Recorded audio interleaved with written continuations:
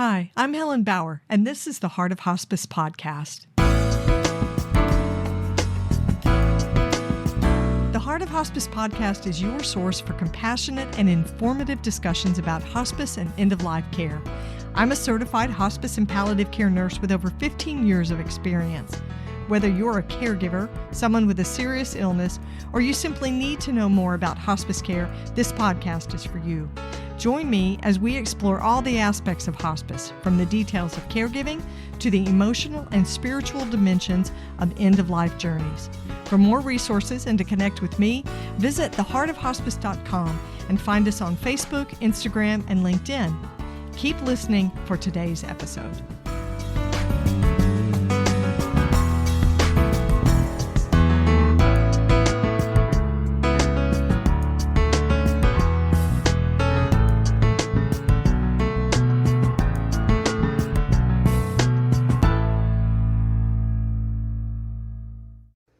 This is the Whole Care Network.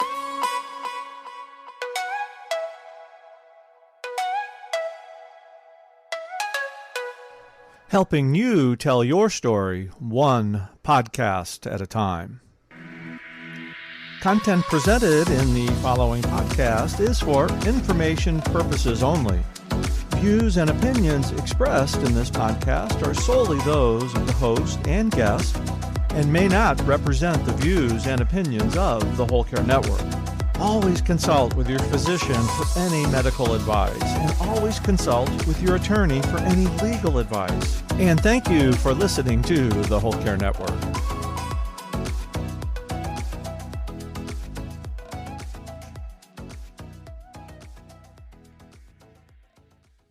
This episode is sponsored by GrandPad. GrandPad is the all-in-one tablet designed especially for senior adults. With GrandPad, you get safe, simple video calling and photo sharing. Users can create a private family network that allows for secure photo and video sharing. The GrandPad utilizes a simple format that allows seniors to enjoy games, music, email, and more. Visit our special GrandPad website designed exclusively for the Heart of Hospice listeners at grandpad.net/THOH. My guest today is Rosanne Corcoran. She's the creator and host of Daughterhood the Podcast. Rosanne cared for her mother through a 12-year journey with vascular dementia. She started as a supportive caregiver and then became an in-home sandwich caregiver for her mother's final 6 years. In each podcast that she does monthly, Rosanne interviews experts in the field, discussing everything from dealing with dementia behaviors to siblings and caregiving, end-of-life care, grief, and everything in between. Daughterhood the Podcast also provides listeners with the comfort of knowing they're not facing those caregiving challenges alone. They also furnish strategies and resources to help you cope with caregiving better. Rosanne was most recently named one of Next Avenue and American Society on Aging's 2024 Advocates for Aging. She's going to be sharing the story of being the caregiver for her mom and all the different ways it affected her life. You're going to hear Rosanne talk about her mother's funeral planning and how it sort of came out spontaneously after her uncle's funeral, and how grateful Rosanne was that that planning had been done ahead of time. She's going to offer some tips on providing dignity and how she did that for her mom. One of the biggest things she did was not talking about her mom when she was in the room as if she wasn't there. And you're going to hear how she talks about her advocacy as a caregiver, advocacy with doctors and other healthcare professionals and with family members as well. Rosanne is going to describe the experience that she had with caregiving, especially focusing on sleep deprivation. When Rosanne's mother was unable to sleep, she was unable to sleep. So she's going to be talking about that as well. We're taking a deep dive into caregiving today, talking a lot about dementia. I hope it's a beneficial conversation for you as it was for me. So here's my conversation with Rosanne Corcoran of Daughterhood the Podcast.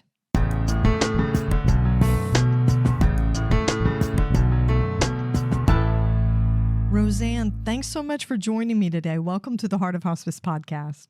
Thank you, Helen. It's my pleasure, really. I love having other podcasters on the show.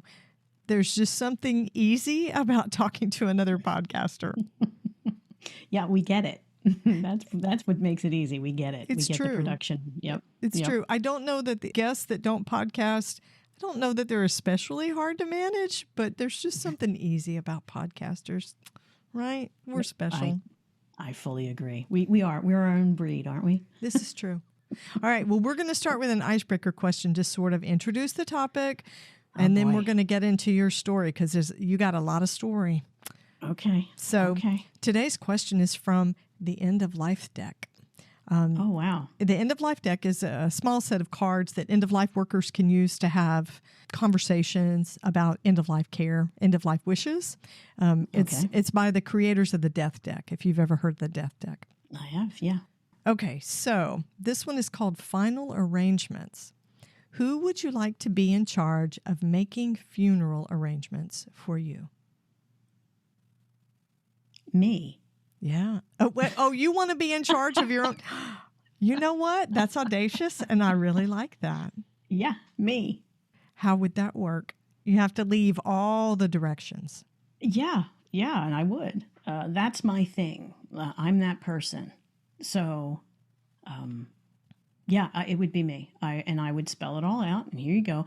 And it's a twofold thing, okay? It's a twofold answer because one, no one would have to worry about it. I don't want anybody to have to worry about anything. That's my mantra, right? So I would take care of it. And then all they have to do is follow the directions. I like that. It wouldn't add stress because you know as well as I do, when somebody passes, it's that, well, they would like this. Well, would they? You're guessing. Right. And you're guessing sometimes in those moments of grief when you can't think straight about anything. So it alleviates all of the stress. I would want my family not have to worry about, do you think she wanted the eclairs after dinner? Like, you know what I mean? Those kind of, just forget it. Aside from the major decisions, obviously, I'm teasing, but it's one more thing that they don't have to worry about. Yeah, I like that. It's really a gift to the people that have loved you and will be taking care of you after you die. Absolutely. Absolutely. It is. I like that. It is. Okay. You like that? We're going to jump into your story because you have a big caregiving story. And I want you to share that. So share with my listeners your caregiving story. Oof. I probably should have asked you this before. Do you want the whole, Give me like the modified Cliff Notes version, because you really do. You have an extensive caregiving story. So I am the youngest of four in my family, and by a lot. There's a lot of distance between, it's 16, 14, 8, and then me. So I was my mom's change of life baby. Oh. And my father passed right before my 17th birthday. So it was me and mom. And from that time, it made me feel like I had to protect her. She didn't need protection. She didn't need my protection. She was her own independent woman, and she remained her own independent woman, recreating her life at 56 and going forward from that in her second part of her life. But for me, when my dad died, it was that, oh my goodness, it's me and her. Like we're a set here. And I stayed with her. I lived with her until I got married at 26. So it was the two of us. We lived together. We moved closer to her work. She was a hairdresser. She could walk to work. She didn't need a car, so I would drive her. I would drive her to her doctor's appointments. I would drive her to her friends. I would drive her to see her sisters, my aunts, who I adored. And she met someone, and she started ballroom dancing on the weekends. So she would work, and she'd go out dancing. And in the beginning of the week, I would take her wherever she needed to go. It was great. It was, it was our little unit, right? So as she got older, it was almost like I was behind the curtain because we had that relationship. So I I could tell, we could talk to each other with our eyes across the room. We didn't even have to speak. And that came in handy through all of my caregiving because we already had that established. And she would tell me things that she wouldn't tell my siblings because of that relationship. And like I said, I would take her to her doctors. Her doctors all knew me. It wasn't unusual to go to the doctors with her. So we had that relationship. So when she was around 80, it was right after her 80th birthday, she said, I think my memory's changing. And I was like, oh no. Because she was the second youngest of 12 kids. And all but 3 of them had some sort of dementia. So she knew what it looked like. She knew all of that. And so did I, because we would go visit and I would see my aunts and uncles and all of that. So I was like, okay, well, the positive thing is that she noticed it and she shared it with me. And I thought that would make it easier. It did not make it easier. What a nice thought. What, listen, you hope, right? And I would bring it up, we would go to her doctor and I was like, this is great. She acknowledged it. We're going to bring it up to the doctor and the doctor's going to take care of it. Doctor didn't think anything of it because she was vibrant. She was still working. She was still going out. She was still dancing. She was living independently. Nobody was concerned. Not her primary, not her cardiologist. No one was concerned. I was concerned. So I went into what I like to call stealth caregiving because I observed and I kept an eye on things, like her eating, what she was buying at the grocery store or, at the was she buying multiple products, what was happening, how she was doing around her apartment, with the laundry and the bills and taking her meds and all those kind of things that change in dementia that people don't realize because people think it's just a forgetting disease. Right. So they just think, oh, I forgot my keys, I must have dementia. No, it's the processing. And when those processes start to change, that's a flag. So, I would see her 3 or 4 times a week. I'd call her every day, multiple times, and that's how we went along for the next 7 years. And through that time, things started to change more. Her dance life partner died. One of her 2 remaining sisters died. She retired from work. Big life things and a lot of grief. And grief affects you in different ways in different parts of your life, as we know, right? But I could start to see the changes in her. And again, I was the only one. I would repeatedly say to her cardiologist, her blood pressure's a little high and I don't know if she's taking her medicine. He's like, oh, it's fine. Those kind of things. And even her primary, when I first brought it up, she said, well, as long as she doesn't get lost when she's driving, she's fine. And I thought, wait, are you kidding me? Right? That was the standard? That was when you get concerned? That was the standard, as long as she doesn't get lost when she drives. Now, she doesn't drive. Wow. So thanks, Doc. Appreciate that. Not helpful. Not helpful. Not helpful. So, in it was 2014, and I would go to her apartment every day. I'd drop my daughter off at school.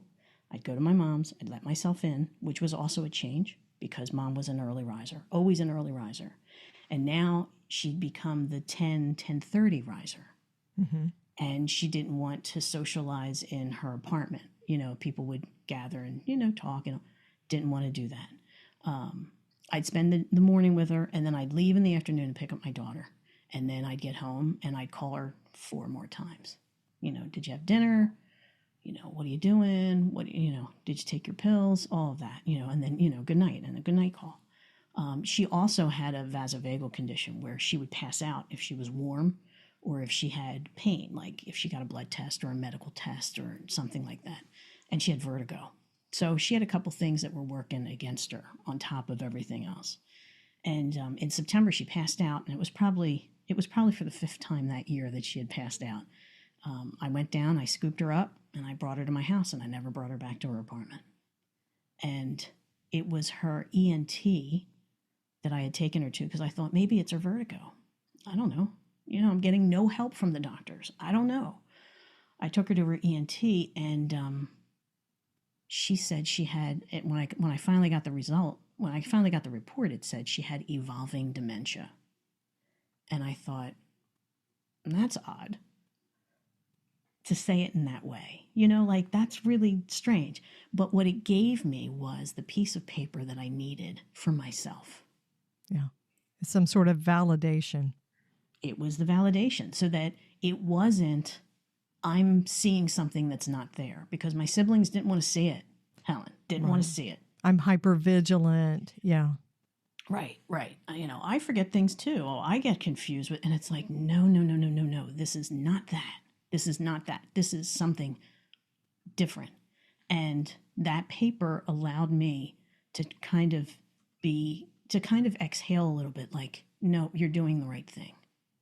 And when I finally got her to a neurologist, they said, oh, no, I wouldn't let her live by herself. And I thought, okay, well, that's another mark in the column. So I was fortunate. I had a 3-car attached garage to my house, and I put her bedroom set and her living room set in that space. She had direct access to the hall bath, and that's where she was. And I found a home visit geriatrician office. They would come. With them, I got home blood tests. They even had ultrasounds that could come. They were set up with a home cardiologist office. Nice. So all of that really, it was great, because on top of her vasovagal and her vertigo, she also didn't have cartilage between her knees anymore. Oh, so wow. It was hard to get her around. And even if I got her out, my mother was not using a wheelchair. Oh, there was no. She refused? There is no way she was getting in a wheelchair. Oh, no. She was a pistol. No. Oh, yes, she was. Yes, she was. So that was really what made the difference, because people could come. I got a podiatrist to come in. There was even an eye doctor that could come. So I literally had a whole health system in my house. Yeah. Which was great. Talk about home delivery. Oh, yeah. Yeah. Right. Yeah. Yep. It was not easy, but it worked. So you were a sandwich caregiver. You were raising kids at the same time you were providing care for your mom. Yes, ma'am.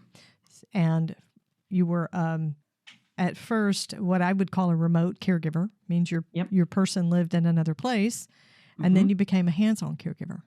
Yes. Yep.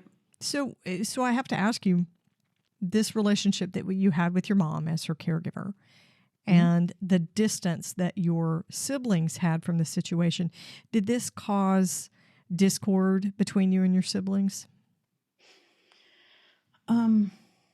It was hard. It was hard because I was like, you know what? Okay, then I can't talk to you about this.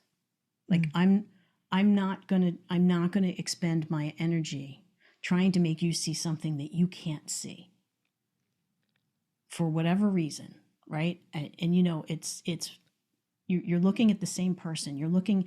She's all of us. It's our mother, but we're seeing her in different ways, and I can't change the way you see her. And if you can't accept it for your own heart, for your own soul, that's not on me. I can't. There's nothing I can do with that.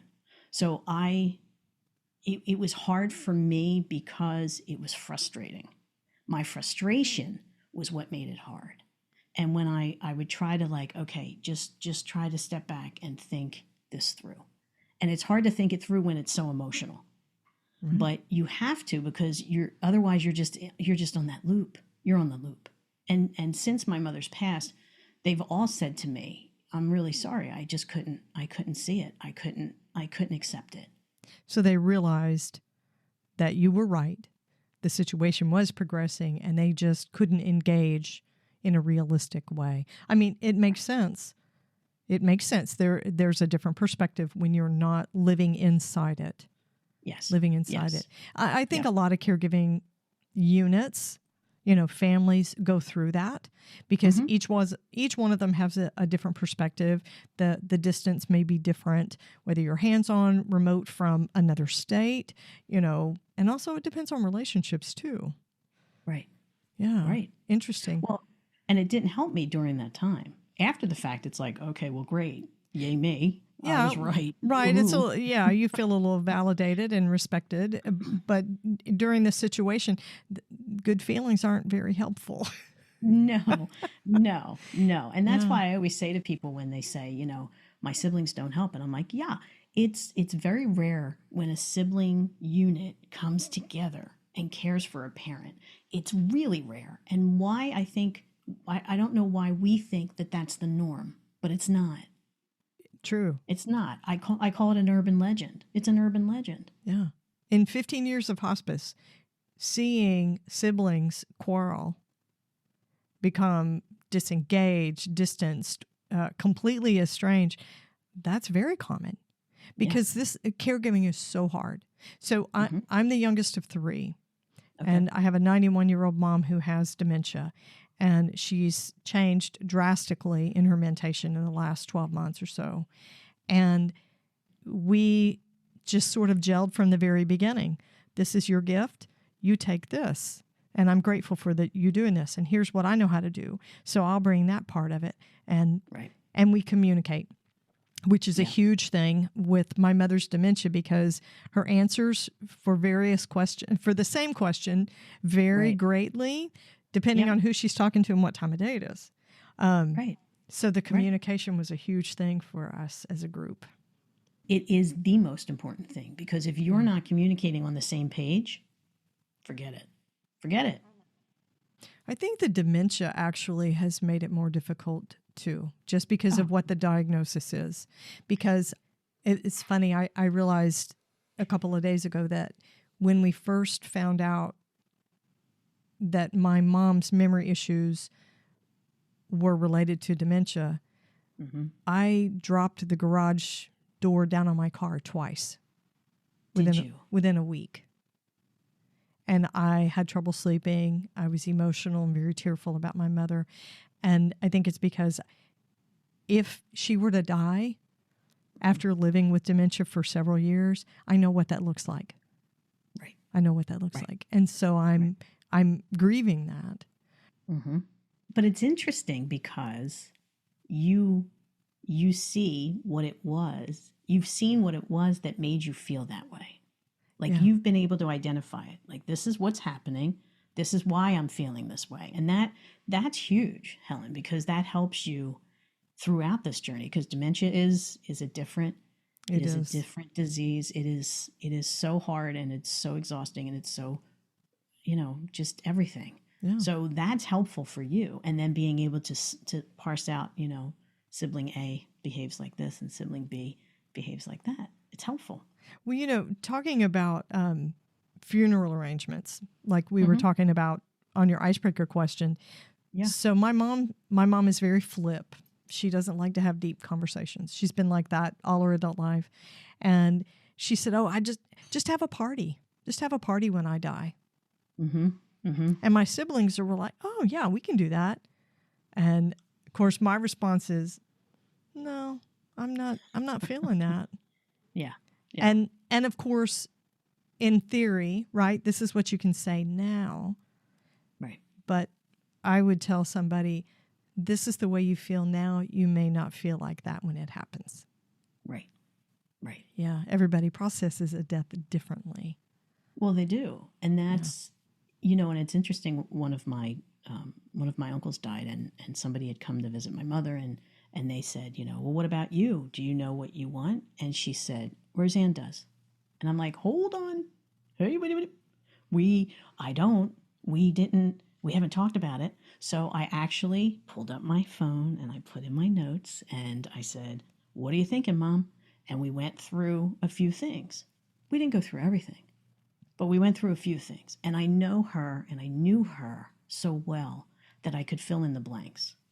And I pre-planned her funeral because I also knew that when she passed, even after all of these years of caring for her with dementia, I was not going to be in that space. Yeah. I was not going to be able to make a decision. I was going to be lucky if I was putting one foot in front of the other. And I didn't want to not have that prepared because I saw it as I was still caring for her. I was still on the job. And that was still part of my job. And I wanted to make her send-off. I wanted to take care of her send-off as much as I took care of her living. I wanted to make sure that that worked also. And I planned it beforehand. It was horrible planning her funeral and then coming home and being like, hey, Mom, how you doing? I was just out. You know, just out choosing your casket. You're just gonna look out awesome. picking casket. Like, it's going to be great. Yeah. You know, but when the time came, it was, thank God it's all done. Yeah. You saved yourself the work at a point where you weren't going to be able to make those decisions. And isn't dementia a weird disease like that? You have a lot of time. A lot of folks have a lot of time as the dementia draws out. Mm-hmm. And you're losing pieces of identity, pieces of personhood along the way from your loved one. Mm-hmm. Your identity changes as a caregiver.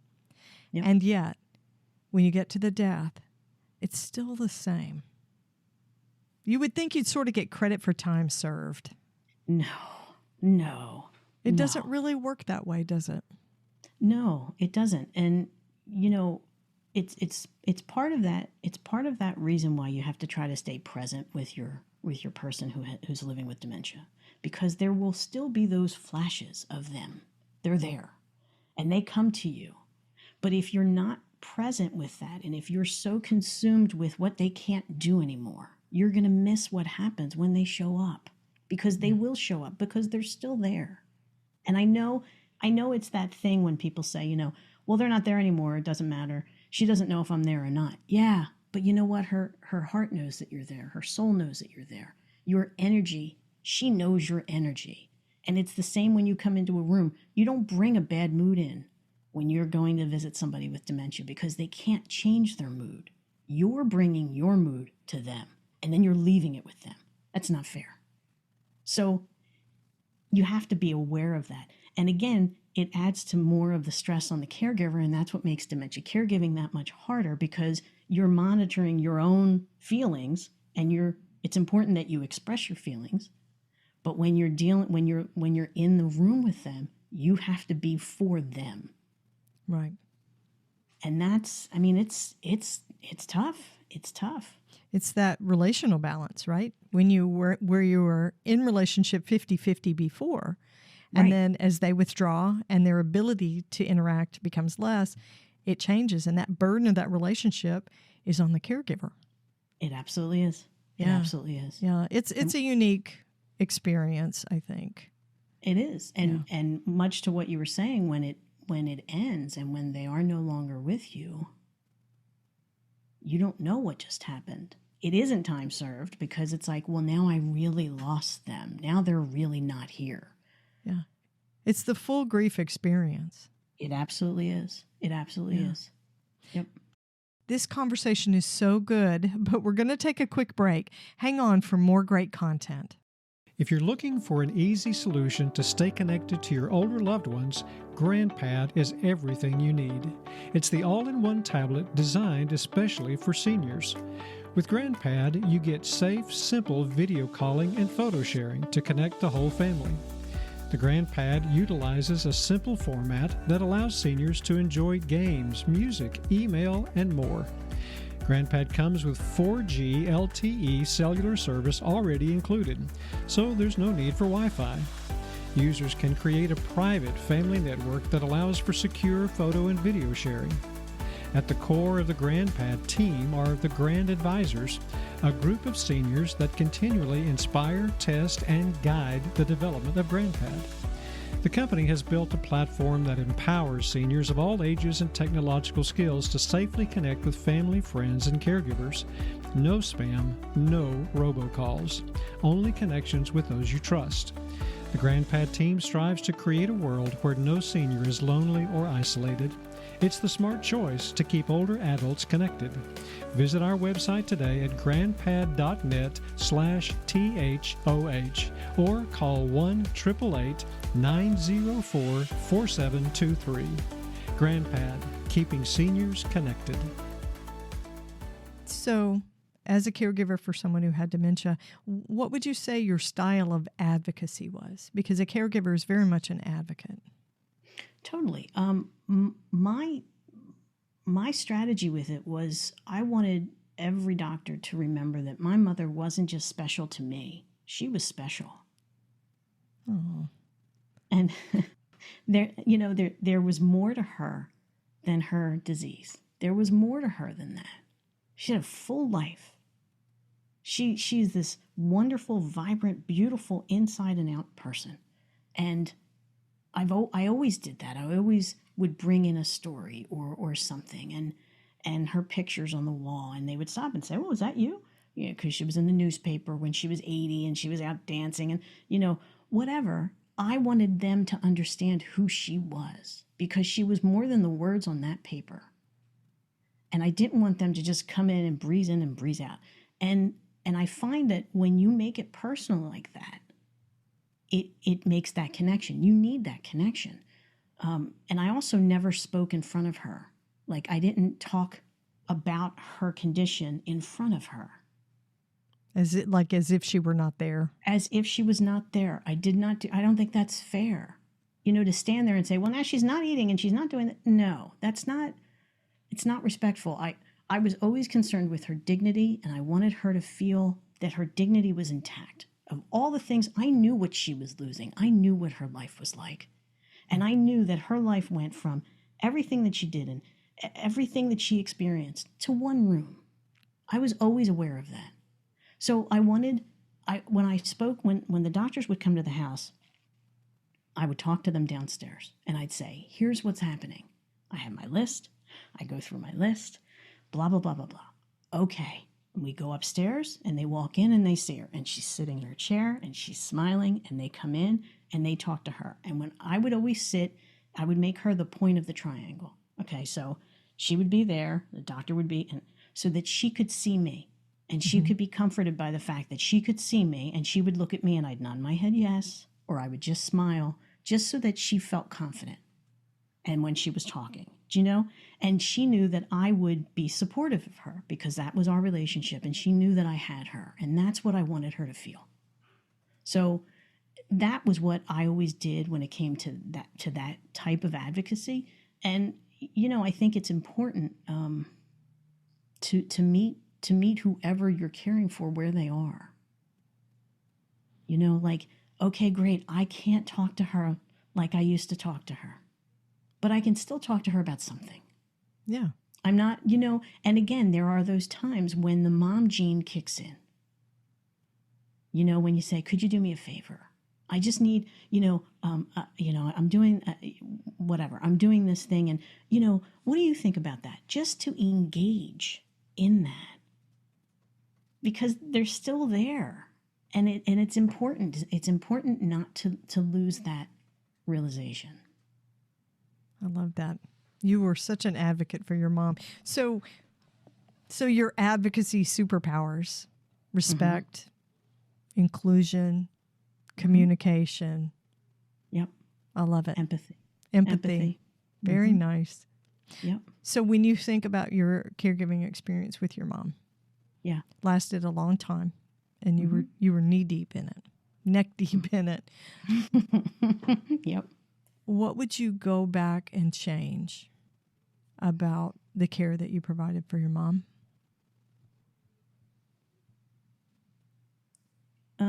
If I could have gotten her out of the house. How so? Just to get her out. Because she lived in one room. Now, let me just say, she was really happy living in that one room. She loved her routine. She loved the comfort of her things. Her things were familiar to her. Because that's the other thing with dementia, right? When you move out from what you're comfortable, everything it's just not good. Right. Right? It's almost like being disoriented and being off balance because you don't know where you're at. Nothing is familiar, all of that. So I made sure her room contained everything that she was comfortable with. And if something bugged her, I got rid of it and brought, something in. I would bring flowers in every week so that she could look at flowers every week, because it made her happy. So that I would, and she was very content all the way up until the pandemic hit. And then, nobody could come in. And I'm a lot of fun, Helen, but I'm not a lot of fun after like 6 months. It's just me. Yeah. I think a lot of us could say that about ourselves. There were a lot of us that were not fun 6 months into the pandemic. Right. So her world became much, much smaller at that point. With the pandemic, absolutely. Yeah. And I mean, we looking back now, we can see that with everybody. Everybody decompensated during the pandemic. I mean, it was a big decline for everybody. So I would go back with that. And I even thought about getting a chairlift and all, but it was still the same it was just different. It was warm in her room. It was cozy. So I have to let that go a little bit. And I probably wouldn't have listened to the doctor about Seroquel. Really? Yeah. So I want to touch on that, not the medicine itself, mm-hmm. but the listening to the doctor. Mm-hmm. We have in our culture, and I think some of this is generational. You and I think, are about the same age, so you can weigh in on this, what you think. So I'm not a boomer, but I'm 1 year removed from that. Right? I'm close. Okay. I'm squarely Gen X. Yeah. Okay. You're a little bit younger than I am. So I like with my mom's generation, the doctor would tell you something that they quote unquote recommended, and it was gospel in my mother's eyes. Yes, indeed. She still thinks that. She would say, she'll tell me, the doctor says I should do this, but complain about it. And I'm saying, well, Mom, you don't have to do that. It's really your choice. What? Yes, I do.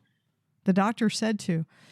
With my generation, at least I think, we are more geared to be informed and more self-actualized and more self-directing. And the doctor can offer up a suggestion, but no, we don't have to do that. Right. My mother doesn't compute that well. Her thing is, the doctor says, and I do. And my thing is, the doctor is the quarterback on the team. You're the coach. Yep. You decide. Yep. You decide. So, what's your take on that when it comes to the medicines and things like that? I fully agree. You have the ultimate. You have the ultimate answer, and I always the question I always ask when it comes to medication is, what is your motivation? You're telling me this. What is your motivation for it? Is this something that's new that you want to try? Have you had good results with it? Is it the drug rep that just happened to come in before you left? Right. What's your motivation? And that helps me differentiate everything out. So that's how I go with it. We were in a position where my mother wasn't sleeping. So at about September, she stopped sleeping. So she would go 3 to 4 days straight, which meant I went 3 to 4 days straight. Right. So let's make sure we emphasize the impact of that. Yeah, that's a brain that's agitated that gets no rest, and a caregiver that cannot rest either. That's a huge problem. It was really bad, and I figured it out. It was tied to the moon. When it was a full moon, she was up. And I would, when I figured it out, I was like, oh no, it's this weekend, or oh no, it's Thursday to whatever. And what you really said was, holy crap. What I said was, holy crap. Or worse, right.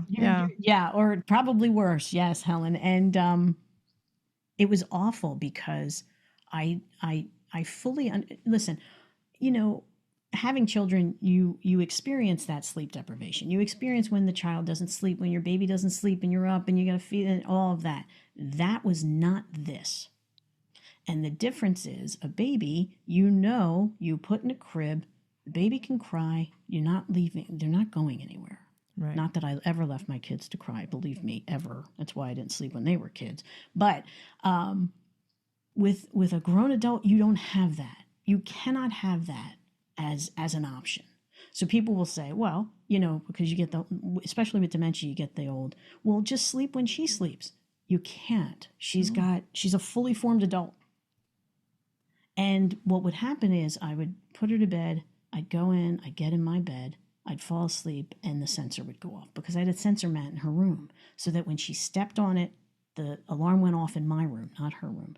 And I would jump up and I'd go in and I'd be like, oh, hi. And she'd be like, oh, why are you awake? And I'm like, oh, nothing. Because you're awake. No reason, really. Yeah. So there was no. So then I got to the point where it was like sleeping for 10 minutes and getting woken up was not helping me. It was worse than being awake. No. But I fully found out why they use sleep deprivation as a torture device. Yes. Because it is horrible. And that she started in September with that, and then by November it was more where she would be up till 3 or 4 in the morning. And then she would fall asleep for a couple hours, and then she'd wake up, and then she'd fall asleep and sleep during the day. So then we were on that. But any way you slice it, I was not sleeping. Yeah. And there was a point in December I thought I was going to die. I really did. I thought this, I don't know how I'm going to do it. And it would be 5 o'clock. I'd be making dinner and thinking, well, I'm going to be up for another 12 hours or so. Like, and you get on that, you can't think, you can't do anything. Nothing makes sense. It's disorienting. It's disorienting. It was really, really awful. And I told her doctor about it. We tried the morazepine, which was supposed to be the double, increase appetite and help with sleep. It did neither for her. Nothing. Did nothing. And it was December. It was the end of December. And the doctor was like, I think you should try Seroquel. And I said, I don't want to try anything. This is a woman who never took anything. She didn't take any drugs. She took blood pressure medication. That was it. And I knew that about her. And I respected whatever she wanted to do. And I felt really, really, really awful about it. And he said, Rosanne, you have to do this because it's not good for her. It's certainly not good for you, but it's really, this is affecting her. And when because of this loop or whatever that's happening inside of her that's happening, we have to try to do something with that. And I did. And I said, okay. So we tried it. For me, I just feel bad about it because that's me. And I feel bad that I don't know if it did anything to her. I don't know if it caused anything to change in her, because then in March she had something. I don't know if she had a stroke. I don't know what happened, but she woke up and she couldn't speak. And of course, then I think, because as caregivers, we're in charge of everything, right? And then when something happens, we think it was our fault for whatever happened because we're in charge of everything. So how could it not be my fault? Right. Right. She's not capable of making those decisions. I made it for her. Right. So did the Seroquel actually help with the sleep? I think it helped. It was January then, and she was sleeping more, just not at night. Mm-hmm. So, still with her schedule off. Yeah. Yeah. So yes. I guess in the long run, yeah. But did you feel, was the regret that you felt more geared to the fact that you felt you made a choice that was out of alignment with what your mother would have chosen for herself?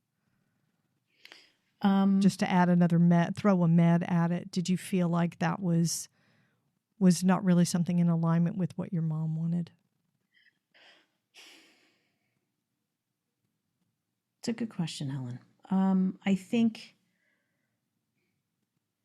there's a part of me that says yes, and then there's the other part of me that has been with her, and when the doctor would say, this is what you have to do, she'd be like, okay. She would just go along. If that's what I need to do, then that's what I'll do.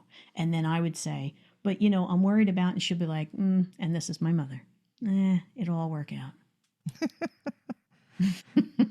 And I am just let it go. I'm as where she is in the it'll all work out. I'm at the all the way other end of the scale going, but what about this, and then this, and then what if that happens, and then this, and this can happen.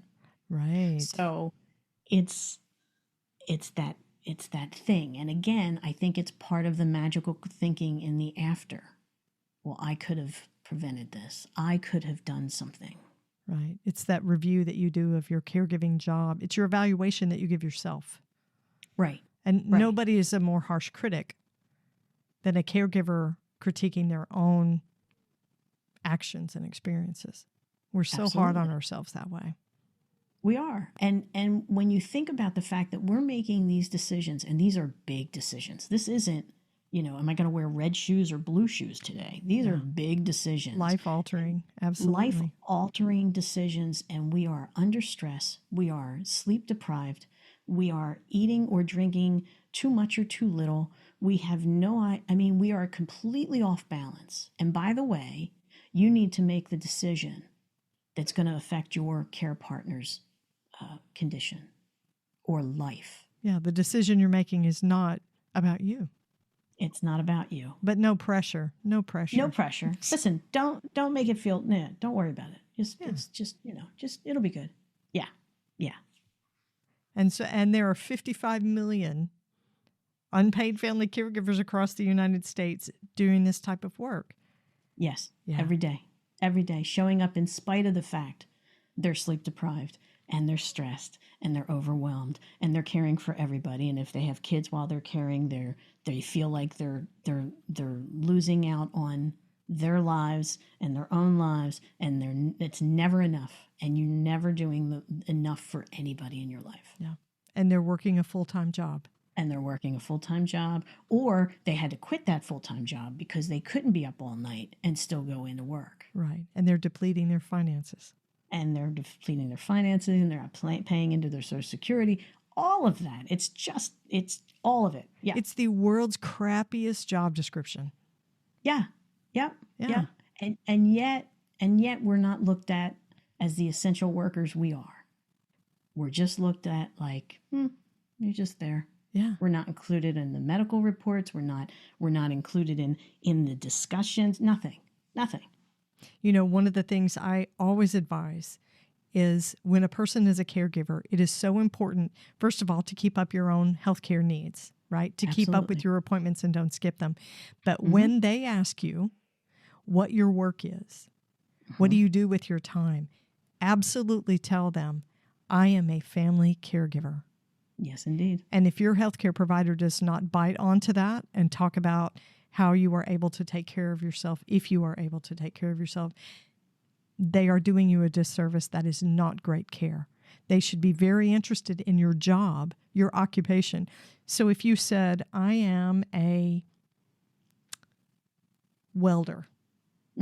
I was going to say a welder. Yeah, I can't believe you said it. They would talk to you about the hazards on the job and your knees and your back and safety and body mechanics and any sort of environmental exposure that you would have had and your vision, all these things. Yep. Are you wearing your safety goggles? Exactly. Yeah. Exactly. Yep. What safety measures do you take? How many hours are you working a week? They would ask you all these questions related to your occupation. A family caregiver should be no different. No different. I fully agree. Yeah. I fully agree with you. Fully agree. But you know what happens instead? When I finally made it into my cardiologist, he told me about his mother. Oh yeah, I know. My mother's 96 and he was going on and on, and I'm sitting. Your doctor was sitting. Wow. Sitting on the exam table like, oh yeah. I said, I totally get it. Yeah. Yeah. And in my head, I'd be thinking, and I don't really care because that's not my role right now. Well, it's like, dude, I got out of the house. I have 2 hours to get to this appointment and go to the grocery store and get back home. Can we kind of... Yeah. Can we focus on the task at hand? Focus here? Yeah. Yeah. Something good for every healthcare provider to remember. Yeah. Okay. Yeah. So tell me, if you were sitting with a caregiver who's at the start of this journey with someone with a brand new dementia diagnosis, what wisdom would you share with them? I would tell them to become as educated as you could in dementia. And I'm not just talking about what you're seeing on social media. Oh, yes. Now, social media is great. You get information and all that, but it's not the gospel. It's not everything. It's not real sometimes. And I don't not to be disparaging, but you need the education. You have to be educated so that you know what's happening. It's like, social media was not what it was when I started in all of this, right? It wasn't the same. I used to go on message boards and see what was happening with other caregivers. Right. Chat groups, chat formats. Absolutely. And I'd put a question in the search, and then I'd read what happened, because these were real people and I wanted to get that information. But I also wanted to get the medical information. I would read medical journals, and I'd watch nursing videos. Like, I taught myself how to take a blood pressure with a stethoscope and the cuff. How to listen to lungs, the best way to lift and move, and all of that practical stuff that helps you along the way. But I also wanted to learn the medical terminology, because it's different when you have a conversation with a medical professional and you use their words. They go, "Oh, this one knows what she's talking about." Right. And they're going to give you more of what you need. They are, absolutely, because they don't have to try to parse out. You don't need all of the medical terms, but you need a few just so that it makes their antenna go off. Now, there's a two sides of this, right? What happens with that then is, and if I had a nickel for every medical professional who said to me, "Are you a nurse?" I'm not. I play one on TV. I say, but, I'm not a nurse. But what happens with that then is you also get you'll figure it out. Oh my word. So if I got that more times than I would care to explain, Helen. You'll figure it out. What I actually got would be, "Oh, Rosanne, I have no doubt you'll figure this out." I don't have words for that. Yeah. I think that's just a lazy way of saying you're on your own. You're on your own. And that's what I heard. You are on your own, honey. Good luck to you. And, okay. But in knowing and in learning about dementia, I kind of had an idea of what I was looking at. Now, some people don't want to know, Helen. Some people don't want to read it. They don't want to see it. They don't want to understand it. And I get that. I fully get that. That's not who I am. I want to know, so that when we turn a corner, I want to know that we've turned a corner, and then what's down that path. So I just think education can't hurt you. And I always say information is power. Oh, yeah. What you do with it is up to you, but information is power with that. And you have to know this, and you have to be that expert, because you know your care partner. So what you're reading and what you're seeing, and then your knowledge of your care partner, when you put them together, that's power. And you also have to you have to be okay with being the squeaky wheel. You have to be okay with calling and saying, "Yeah, I did this yesterday. Hi, it's me again. It didn't work. So now, do you have any other suggestions?" And you do it in that way of, "I need your help." Not the squeaky wheel of, "Okay, you know what? You didn't help me." The squeaky wheel of, "Hi, hello, not working. What more can we do? I will wait for a call," or whatever. So that would be my advice. And my other advice is, it's a hard thing in all of this with dementia caregiving, is that you matter. You matter just as much as the person you're caring for. You are just as important in this relationship as they are. And, you need your own support. And if you're fortunate to have people in your life, that's great. And even if you are, you still need outside support, because those people, you're going to burn them out.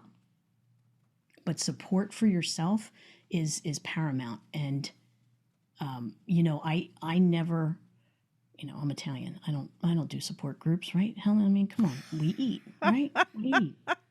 I'm from the South. We do the same thing. I'm going to have some cake. I'm going to make a cake. I'm going to buy Oreos, whatever. I'm going to eat, or I'm not going to eat, but I probably am going to eat. It was not a thing for me to be, I'm going to go to a support group and talk about my feelings. Like, no, that's not my jam. And again, Italian, you don't bring anything outside the house, right? You're in the house.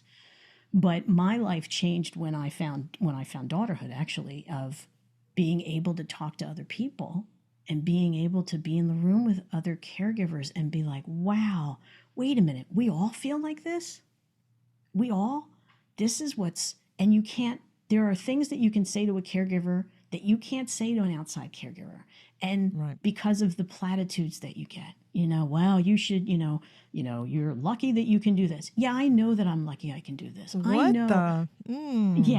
Yeah, like that kind of things. I adored my mother. I absolutely adored her. I would do it all over again in a heartbeat. But it was the hardest thing I've ever done in my life, and it almost killed me. Yeah, people don't choose to do this. Yeah, I mean, Wow. I even if you do choose, and there was never a doubt. We would go see one of my aunts, and we would get to the car, and my mother would look at me and say, just put me someplace. I won't know any different. Yeah, keep me safe. And I'd say to her, Ma, don't worry about it. I got you. Don't worry about it. Yeah. And so I always knew that room was going to be for my mother. I did. I knew it. And I was okay with that because I wanted to care for her. She was my girl. I was going to care for her. But it was still the hardest thing I ever did. And that's the part that people forget. Like, yeah, we're doing this and we're putting all of this energy and all of our love and we're putting everything out. But it's still hard. And you're allowed to say that it's hard. But you have to say it to the right people. Because if you say it to the people that don't understand it, you're only going to feel worse about yourself. Yeah. Because the resentment and the exhaustion and the overwhelm and the isolation, all of that eats at you. And you have to find a way to get that out of you. Whether you dance it out or you yell it out or you scream in your car. You have to get that out of you. And it's okay. That's the thing. It's okay. You are doing some fantastic work at Daughterhood to connect to these caregivers that are doing the same work. Tell my listeners how they can find you, find your podcast, and how they can connect with you. Oh, they can find everything at daughterhood.org. Our circles are there. Our full calendar of support circles are there. The podcast lives there. Anne's founder, Ann Tumlinson's blogs are there. She writes beautifully about being a caregiver and the challenges and how you can try to help yourself. You can also find me on Spotify, Apple, anywhere, as we like to say, anywhere you stream your podcasts. And all across social media, Daughterhood the Podcast and Daughterhood. We're on Facebook, Instagram, LinkedIn, wherever. And I'm more than happy. Somebody, you want to send me a message on any of those platforms, I will totally respond. Well, as a daughter of a mom who is aging and aging with dementia, thank you for the work that you're doing. And thank you for being on the show today. It's just wonderful to have you with me. Thank you, Helen. Anytime. Listen, you're doing a great job. In case nobody told you today, you're doing a great job. So thank you. Thanks for listening to the Heart of Hospice podcast. Check out our sponsor in the show notes and please leave a rating and review on Apple Podcasts. We would appreciate it if you would share this episode with your friends and family and anyone who needs to know more about hospice. Connect with us on Facebook, Instagram, and LinkedIn. And remember, no matter who you are or where you are in your hospice journey, you are the heart of hospice.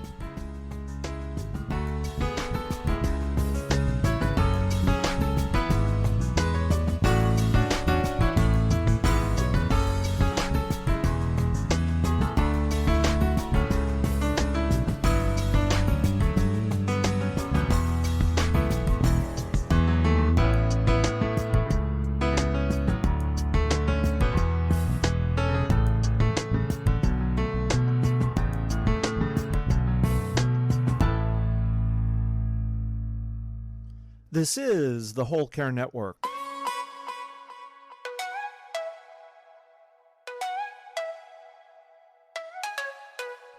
Helping you tell your story one podcast at a time.